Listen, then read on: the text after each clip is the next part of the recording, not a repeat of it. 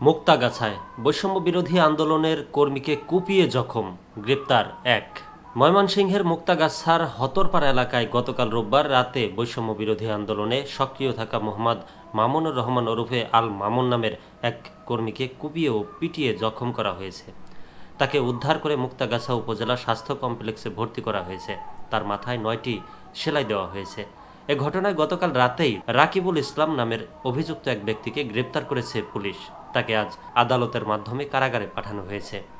আহত মামুনুর রহমান মুক্তাগাছা উপজেলার ঘোগা ইউনিয়নের হতরপাড়া গ্রামের মৃত আন্নেস আলীর ছেলে।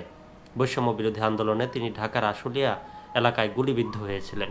তিনি বিদ্যাগঞ্জ বিএম টেকনিক্যাল কলেজ থেকে এবছর এইচএসসি পরীক্ষা দেবেন। আর রাকিবুল উপজেলার ঘোগা ইউনিয়নের সাবেক ইউপি চেয়ারম্যান ও উপজেলা আওয়ামী লীগের সদস্য শরীফ আহমেদের ইটের ভাটায় শ্রমিকের কাজ করতেন। মামুনুরকে কুপিয়ে ও পিটিয়ে জখম করার ঘটনায় তার বড় ভাই মোহাম্মদ আল আমিন বাদী হয়ে থানায় মামলা করেছেন। আজ করা মামলায় রাকিবুল, তার 2 ভাই, বাবা সহ 8 জনের নাম উল্লেখ করা হয়। পুলিশও মামলায় গ্রেপ্তার দেখিয়ে রাকিবুলকে আজ আদালতের মাধ্যমে কারাগারে পাঠিয়েছে। মামুনুর ও রাকিবুল একই এলাকার বাসিন্দা।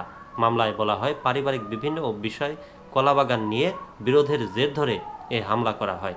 তবে মামুনুর প্রথম আলোকে বলেন, এলাকার নিরীহ মানুষের জমিজমা দখল করে রেখেছিল আওয়ামী লীগের সাবেক চেয়ারম্যান শরীফ আহমেদ ও তার লোকজন।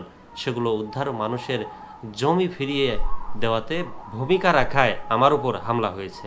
মামলার বাদী আলামিন মুঠোফোনে প্রথম আলোকে বলেন, আন্দোলনের পর তার ভাই এলাকার বিভিন্ন উন্নয়ন কর্মকাণ্ড ও অন্যায়ের বিরুদ্ধে ভূমিকা রাখতে শুরু করে। মানুষের জমিজমা জোর করে শরীফ আহমেদ দখল করে রাখায় সেগুলো উদ্ধারে আমার ভাই আলোচনা করায় এলাকার একটি গ্রুপের বিপক্ষে চলে যায়। এর কারণেই আমার ভাইকে মেরে ফেলার পরিকল্পনা করে এই কাজ করা হয়। তিনি আরও বলেন, রাকিবুলরা আমাদের কিছু জমি দখলের ঘটনায় দিনে দুপুরে এ নিয়ে মামুনের সঙ্গে ঝামেলা হয়। পরে বিষয়টি আমি মিটমাট করার জন্য রাকিবুলের সঙ্গেও কথা বলি। যা হওয়ার হয়েছে, এ নিয়ে যেন আর ঝামেলা না হয় সে অনুরোধ করেছিলাম, কিন্তু রাতেই হামলার ঘটনা ঘটে। মামুনুর রহমানের উপর হামলার ঘটনায় বৈষম্য বিরোধী আন্দোলন ময়মনসিংহের অন্যতম সমন্বয়ক আশিকুর রহমান রোববার রাতেই নিজের ফেসবুকে স্ট্যাটাস উল্লেখ করেছেন।